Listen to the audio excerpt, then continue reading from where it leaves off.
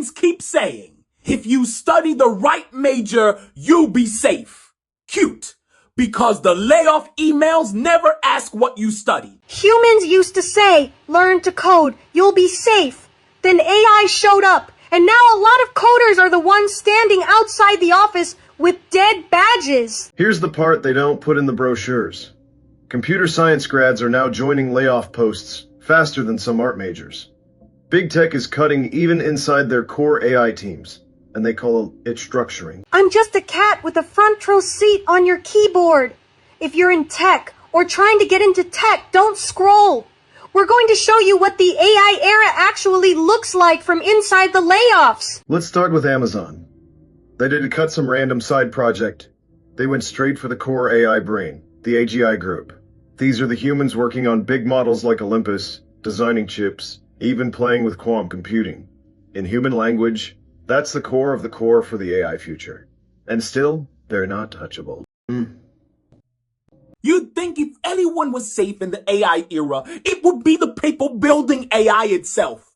But no, one new grad, just 8 weeks into the job, got a text at 6 in the morning. You're done. By the time the sun came up, their account was locked, their laptop was blocked, and there was just a shit. Amazon even had a name for one of these layoff rounds internally. They called it Project Dawn. When humans start naming layoffs like secret missions, you know it's not just a small adjustment, it's choreography. And the way they do it? Cold quiet. No meeting, no conversation. You find out you're fired because your login doesn't work or your badge doesn't open the door anymore. Imagine going to work and the building itself ghosts you. But here's the twist. Amazon isn't giving up on AI. They're just moving the spotlight. Less money for training massive base models that burn billions. More money for sending engineers directly to enterprise customers, helping them build AI features on top of AWS.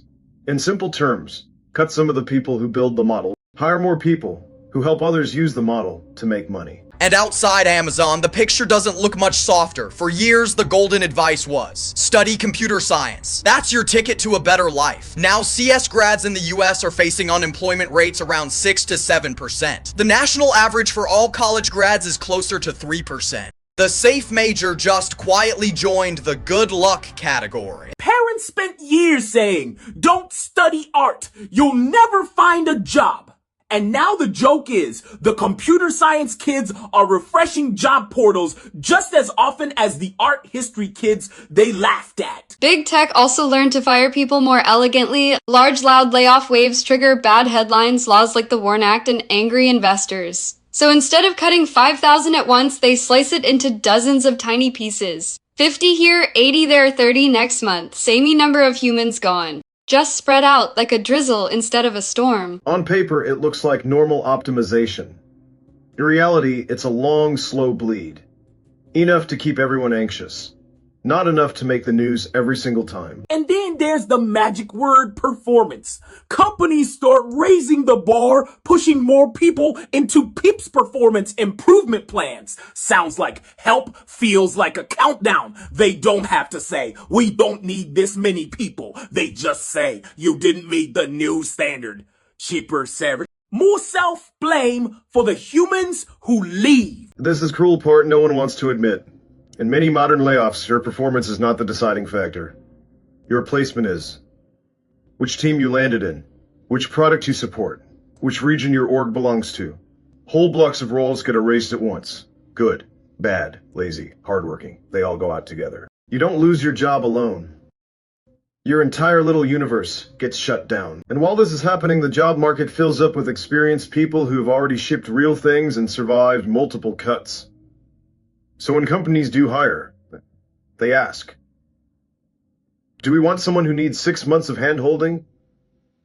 Or someone who can start tomorrow because they've already been through this 3 times? And don't forget AI tools themselves. Managers look at code assistance, auto-attesting, documentation, and they start doing math. Why hire 3 junior developers to write boilerplate and tests when 1 senior plus AI can cover 80% of it?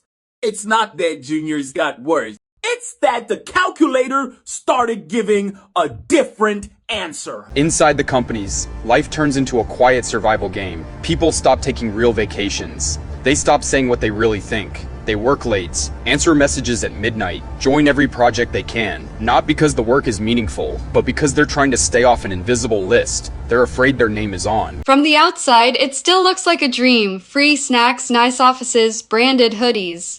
On the inside, it feels more like a very polite Hunger Games. Companies also fear loud exits.